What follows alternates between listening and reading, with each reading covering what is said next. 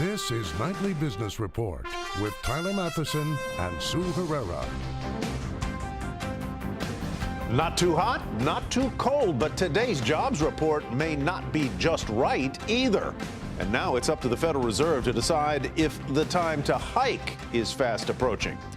Grinding up the coast, Hurricane Matthew hits Florida hard.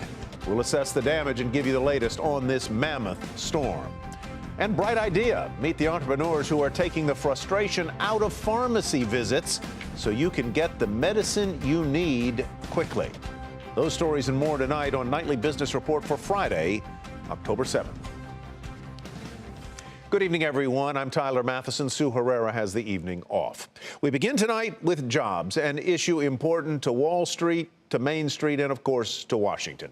Today we learned that the economy created 156,000 of them in September, with the unemployment rate ticking higher to 5%. But the monthly report was a bit puzzling. Some liked the number, calling it solid. Others described it as disappointing and lackluster, and some just said it was modest. But what does the Fed think of this latest number? Hampton Pearson takes a look. In September, job growth slowed for a third straight month. From a revised high of 252,000 jobs in July, a big drop to just 167,000 in August, and an even further slide, with employers adding just 156,000 new workers last month. Good-paying professional and business service jobs led the way with 67,000 new hires. Hourly wages, now just under $26 an hour, are up 2.6% year over year and are showing signs of accelerating. Today, Fed Vice Chair Stanley Fischer said today's jobs report was pretty close to Goldilocks. What it did today, the participation rate went up, the unemployment rate went up. Those two things are fine. It means employment was going at a rate that is fully consistent with keeping unemployment declining somewhat further. More than 440,000 Americans did come back into the job market last month, but only about 95,000 got hired, triggering an uptick in the unemployment rate to 5%. Leading economists point out that it's the slack in the labor market Fed Chair Janet Yellen has cited as a reason to hold off on raising interest rates. This recovery has more room to run, especially when there's no hint of inflation yet. It does not appear today's jobs report has moved the needle as far as the debate inside the Fed on the timing for raising rates. Cleveland Fed President Loretta Mester says the slowdown in job growth does not mean monetary policymakers should wait. I see that the inflation measures are moving up. We have to be forward-looking. So in terms of our two goals, monetary policy goals, I think it makes sense to move up the rate another 25 basis points. This is the last jobs report before the Fed's next policy meeting in early November. Investors say today's weaker than expected report decreases the likelihood of a rate hike just 1 week before the presidential election. For Nightly Business Report, I'm Hampton Pearson in Washington.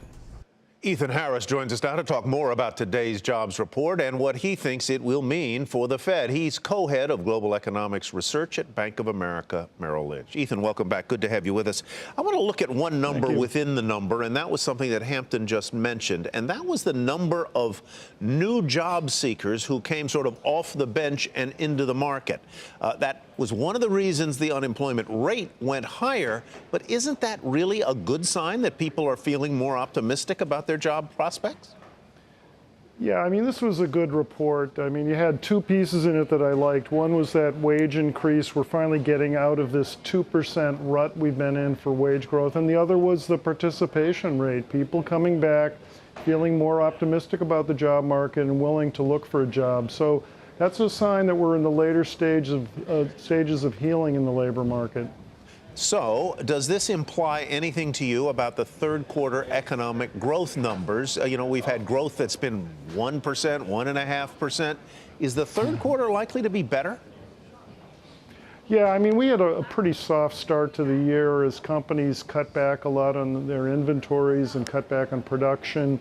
But the third quarter is looking okay. We're looking at growth close to 3%. These jobs numbers are consistent with that kind of growth. So the economy's been looking a little bit soft to start the year off, but we're starting to get back on track. So what's next for the Fed and when? I think they're very likely to hike in December. I mean, something has to come along to stop them. We saw at the September meeting that they got close and they had several dissenters at the meeting. I think that the people who are still on the fence at the Fed just need a few more months to decide. I do think the Fed will hike in December. Talk to me a little bit about what, if any, impact this mammoth storm might have on economic numbers in the fourth quarter. Does it mean higher economic output, lower, nothing? Well, what happens when you have a storm like this is that there's a temporary disruption to activity that then comes back on board, and usually the rebuilding effort slightly more than offsets the weakness. So what you tend to get in the data is that the month of the storm, you may see a little weakness in the numbers, like fewer housing starts and a little less retail sales in the regions impacted. But once they get back in business, people, move back to their prior activities, and you get the rebuilding spending. Right. So storms, ironically, are actually slightly stimulative in the long run to the economy. Ethan, thank you very much. Have a great weekend. Ethan Harris with Thank Bank you. of America Merrill Lynch. Well, on Wall Street today, stocks did close lower following the release of that employment report and a slide in oil prices.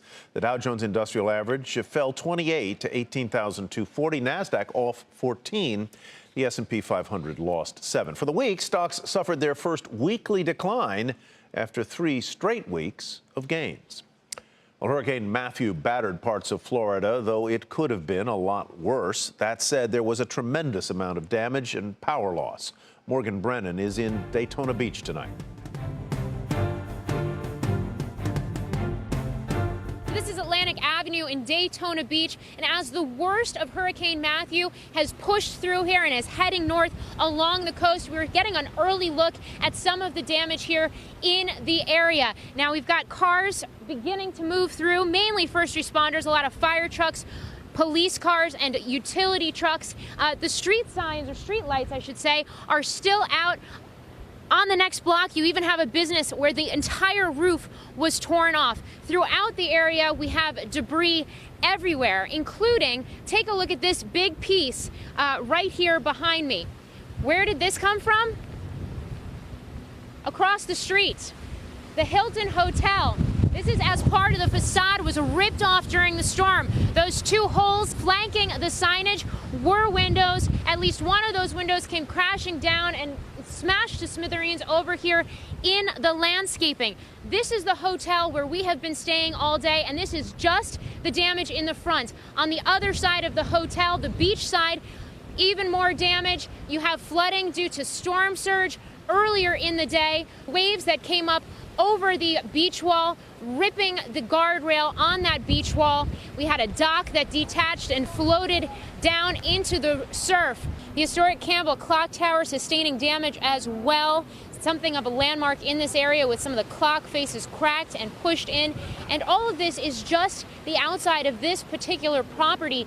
Inside, damage as well. Water coming through the light fixtures, and in the lobby, a lot of soaked towels. Not to mention, even on the upper floors, water in some of the carpet. Those staffers here saying that initial take on the damage for this property, they expect this hotel could be closed for some time. And this is just one of many in this area and throughout the eastern coast of Florida that have been affected by Hurricane Matthew. For Nightly Business Report, I'm Morgan Brennan in Daytona Beach, Florida. Well, as Hurricane Matthew continues on its path, and it does this evening, people are bracing themselves and points north. Scott Cohn is in the port city of Savannah, Georgia tonight. The center of Hurricane Matthew is still several hours away from Savannah, but we're already feeling the impact. The hope is that the storm will stay offshore like it did in Florida, but they're not taking any chances. Federal troops pouring into the streets of Savannah to enforce a dusk to dawn curfew as thousands of evacuees prepare to flood out. Let's not underestimate how dangerous this hurricane can be. In Savannah, some people walked for miles to catch the last bus out of town to Red Cross shelters. Me and my two boys, I don't know where they're taking us, but we came from over off of Victory by the Freeman Freeway by Whole Foods, and we walked down here to get to the transit center so that we can get on the bus today. How far a walk is that? We left our house at 6 o'clock this morning. The biggest worry is water. More than a foot of rain in the forecast on top of the storm surge, the wall of water that comes with a hurricane. The surge is what scares us. If you get an 11-foot surge and the road out there, Highway 80 to Tybee is about 2 foot above, 2 foot above the ocean, then you got an issue. The port of Savannah, one of the busiest in North America, is shut down. No operations on or offshore until at least Sunday. And it's not just people evacuating. The Air Force moved A-10 fighter jets from southern Georgia to the Florida Panhandle and out of harm's way. As many as 500,000 people in Georgia alone evacuated ahead of Hurricane Matthew. There's no telling when they'll be able to get back home. Scott Cohn, Nightly Business Report, Savannah, Georgia. Still ahead, EpiPen maker Mylan settles with the Justice Department and the stock soars in late-day trading.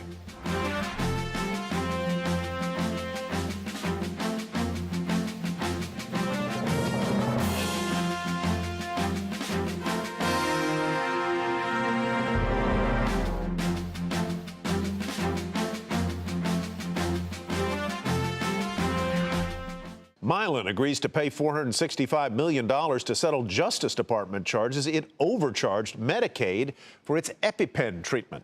As part of the deal, Mylan does not have to admit any wrongdoing. As a result, Mylan lowered its full-year earnings outlook, but shares of the stock rose in after-hours trading because some expected the settlement amount to be larger.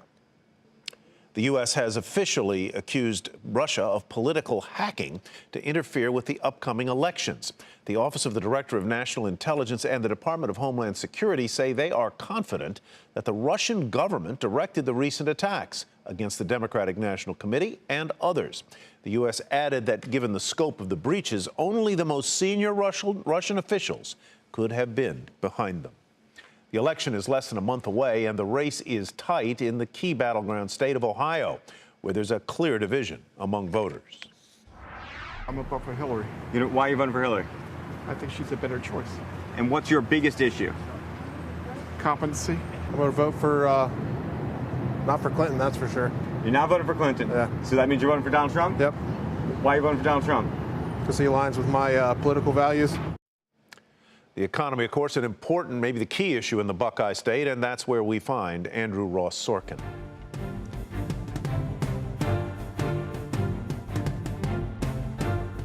With the presidential election just a month away, Ohio is living up to its status as a battleground state. Do we love Ohio? Do we love Ohio? Hello, Akron! Winning this Rust Belt state has always been vital in getting to the White House. No Republican since Lincoln has won the presidency without winning Ohio, and no Democrat since John F. Kennedy. The Buckeye State has voted blue 3 out of the last 5 presidential elections. But Donald Trump is now slightly ahead in the polls. Clinton surrogates say his temperament is still a major factor for undecided voters. It's about this nation. It's about Donald Trump, who has offended women, who has made a mockery out of reporters who have disabilities. I have no problem defending my surrogate. The economy is a key platform while candidates stump here. Ohio's unemployment rate is below the national average, but jobs are still top of mind for voters in Columbus, as are taxes. Millennials are now just as large a political force as baby boomers, both generations making up roughly 31% of the electorate. They're focused on some different issues. Student debt is really important for people our age. It's something we're really concerned about after graduating, and something that we want to see politicians talk about. I don't know that I feel safer abroad than I do 8 years ago. I'm going into the Marine Corps, and it's just, eventually the next president's going to be my boss, so I want to know who's going to do a better job. The candidates face off again in a debate on Sunday, which could end up deciding which way these 18 electoral votes will go. For Nightly Business Report, I'm Andrew Ross Sorkin in Columbus, Ohio. Well, as Andrew just mentioned, voters in Ohio and across the country will be watching Sunday's debate to hear the candidates detail their positions on jobs, taxes, trade, and other economic issues. John Harwood tells us what Hillary Clinton and Donald Trump are likely to say when they go head-to-head. They may not be the focal point of this very unusual campaign, but economic issues did play a significant role in the first Trump-Clinton debate nearly 2 weeks ago. We need to have strong growth, fair growth, sustained growth. We also have to look at how we help families balance the responsibilities at home and the responsibilities at business. You are going to approve one of the biggest tax increases in history. You are going to drive business out. Your regulations are a disaster, and you're going to increase regulations all over the place. And by the way, my tax cut is the biggest since Ronald Reagan. So here are some of the key economic specifics that may come up in their second debate on Sunday night in St. Louis. First of all, on taxes, Hillary Clinton wants to raise top rates on estates and high-income earners. Donald Trump wants to slash taxes across the board, even though he would significantly expand the deficit. On trade, Hillary Clinton says we need smart, fair trade deals. She says she doesn't support the Trans-Pacific Partnership. Donald Trump says rip up NAFTA, renegotiate it, and get rid of the TPP. On regulation, Hillary Clinton wants to build on Obamacare and the climate change efforts by President Obama, both domestically and around the world. Donald Trump says end Obamacare, lift climate change regulations, get rid of the Paris Agreement among nations around the world. Now, the stakes are especially high for Donald Trump in this debate because of how poorly he did the first time around. Check out these poll numbers. In the national average of polls before the first debate, he trailed Hillary Clinton by roughly 2 points. Now, more than 10 days later, he trails by more than 4 points nationally and is behind in almost all the key battleground states. For Nightly Business Report, I'm John Harwood in Washington. Boeing lands a big order from the Middle East, and that is where we begin tonight's market focus. The company has inked a deal with Qatar Airways for up to 100 planes. The contract is for 40 wide-body jets and a letter of intent for 60 more narrow-body aircraft. If the full order is completed, the deal would be worth about $18.5 billion. Boeing shares slipped nonetheless, 0.5% to 133.85. Verizon reportedly wants a $1 billion discount on its deal to buy Yahoo or scrap it altogether. The New York Post says Verizon wants to lower the nearly $5 billion price tag on the pending deal because of Yahoo's lack of transparency over its recent data breach and allegations it spied on emails for the U.S. government. Verizon shares were off a fraction at $49.92, while Yahoo dropped a percent to $43.22. And Camping World debuted on the New York Stock Exchange today, pricing more than 11 million shares at $22 each, which was the midpoint of the expected offering range. The recreational vehicle company raised $250 million and said the profits from its initial public offering will be used to trim debt. Shares rose 2% to $22.50 on the session.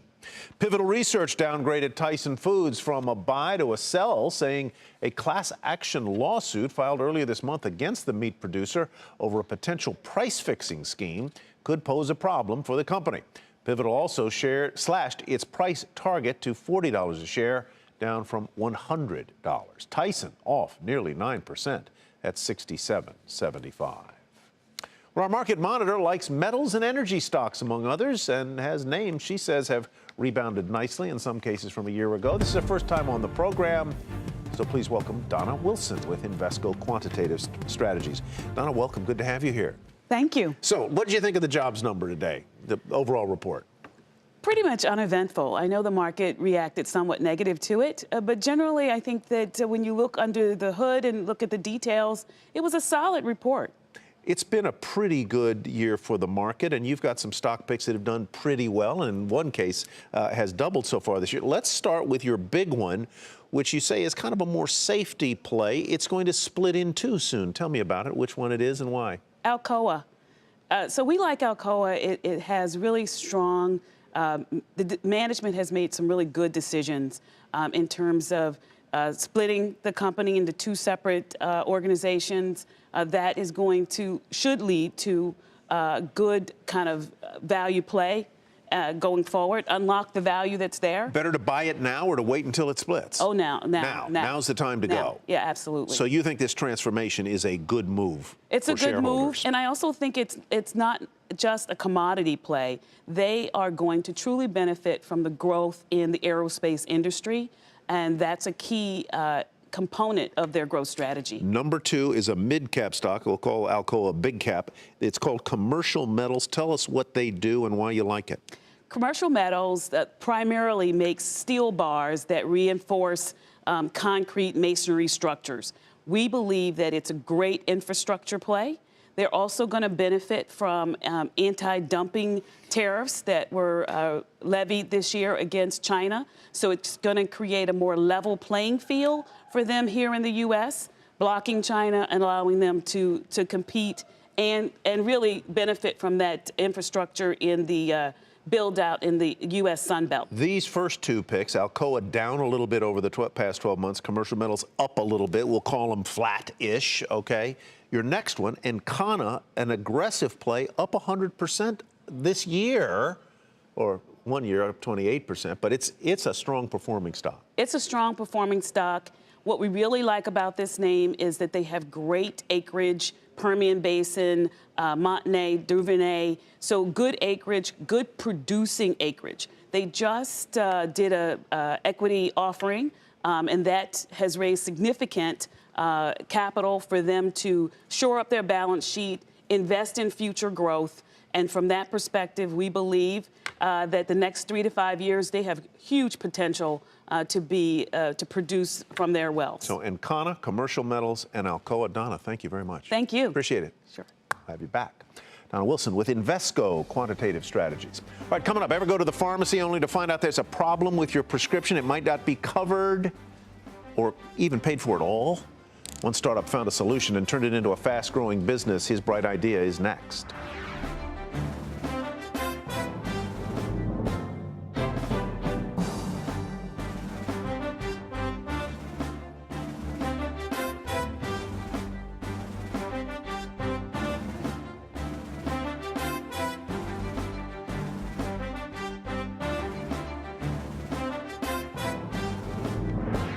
The health insurer Anthem says it will not cover the FDA-approved drug to treat Duchenne muscular dystrophy. As we've been reporting, the drug developed by Sarepta was okayed last month despite a dispute within the agency over its effectiveness.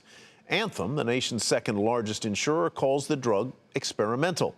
Shares of Sarepta fell 6% on this news and says it is aware of Anthem's statement. As for other insurers, United Healthcare and Cigna say they are covering it. Humana is evaluating the clinical merits of the treatment. Well, more and more prescription medications require so-called prior authorizations. These days, 250 million times a year, insurance companies do take a second look before coverage is approved or declined. And that sort of scale got the attention of 2 entrepreneurs from Ohio. They had the bright idea to bring the approval process into the 21st century. Kent Station Pharmacy, this is Peter. Even a small-town pharmacist like Peter Depril in Kent, Connecticut, sees it happen. Prescriptions placed on hold, requiring prior authorizations, or PAs, before insurance companies will pay for medications. All the time. Every day. There's at least one every day, if not 5 every day. Prior authorizations force doctors to decide whether to prescribe something else or ask an insurance company for an approval. That used to mean phone calls, forms to fill out, and faxes to be sent. It could be a week or 2 type of situation. And, sometimes the patient doesn't need the medication anymore. Enter CoverMyMeds. It's software that supplies the forms, then auto-populates them with patient records. Once Depril hits send, it helps put pharmacists, doctors, and insurance companies all on the same page. Now headquartered in Columbus, Ohio, CoverMyMeds was created by a former pharmacist and a software developer. That's what patients said when they're frustrated with their processes. Why won't they just cover my meds? Columbus native Matt Scantlin was building software and websites before he teamed with one of his top customers, Sam Rajan, back in 2007.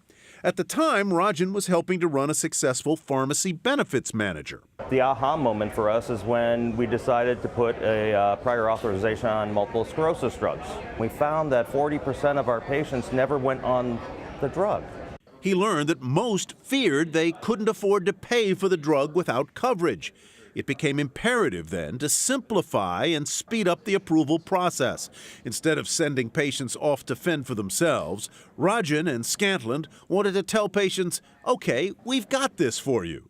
When a doc has an all-drug, all-payer solution, that's when the adoption and viral adoption model really came about. We've now helped 42 million people. CoverMyMeds is free for patients and 500,000 prescribers who use it.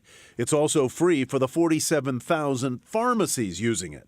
Its paying customers are insurance companies and those pharmacy benefits managers who hope that CoverMyMeds can help reduce the cost that build when patients don't take their medicines. CoverMyMeds won't discuss exactly what it charges, saying only that it cuts the average cost of each prior authorization request from roughly $40 to less than $10. We've picked a problem that can be solved in a way where everyone wins. The insurance companies are a very important customer for us. They're really the way that all of this has to work. It's been working and selling too. CoverMyMeds doesn't quibble with reports that last year's sales were roughly $100 million. By the end of 2016, they'll have more than 500 employees, and with insurance companies requiring approval on more and more drugs, an even higher purpose. This company can become quite large because we're solving a problem that is daily life. Well, more and more states are requiring standardized electronic forms for those prior authorizations, and the CoverMyMeds model has often been a key aid to lawmakers during the painstaking process of modernizing our healthcare system. And that is Nightly Business Report for tonight. For Sue Herrera, I'm Tyler Mathisen. Thanks for watching. Have a great weekend, everybody. We'll see you here on Monday.